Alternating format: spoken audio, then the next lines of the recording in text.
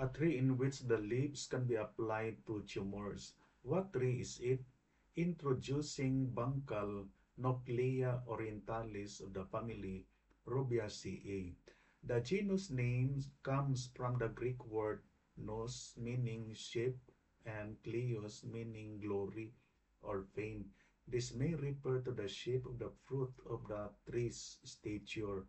The species name orientalis originates from Latin orientalis, meaning eastern or from the east, indicating its geographical distribution in tropical Asia.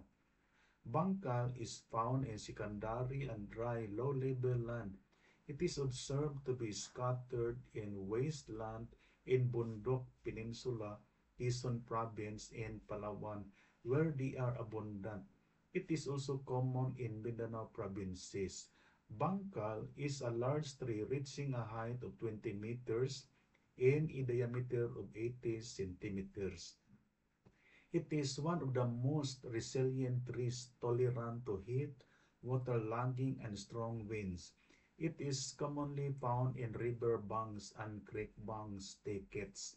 Its wood is suitable for light construction, carving, interior works, and novelty items.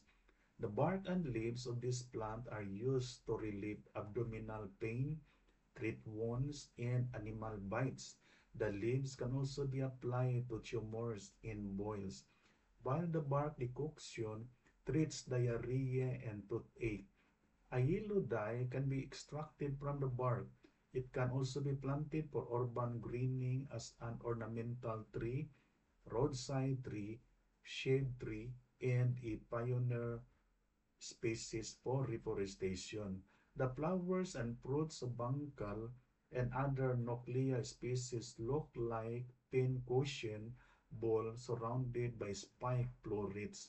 This is marks caring for the environment is not only a choice but a responsibility. Our efforts, even if small, when combined, can make life for a better future. Thank you and God bless.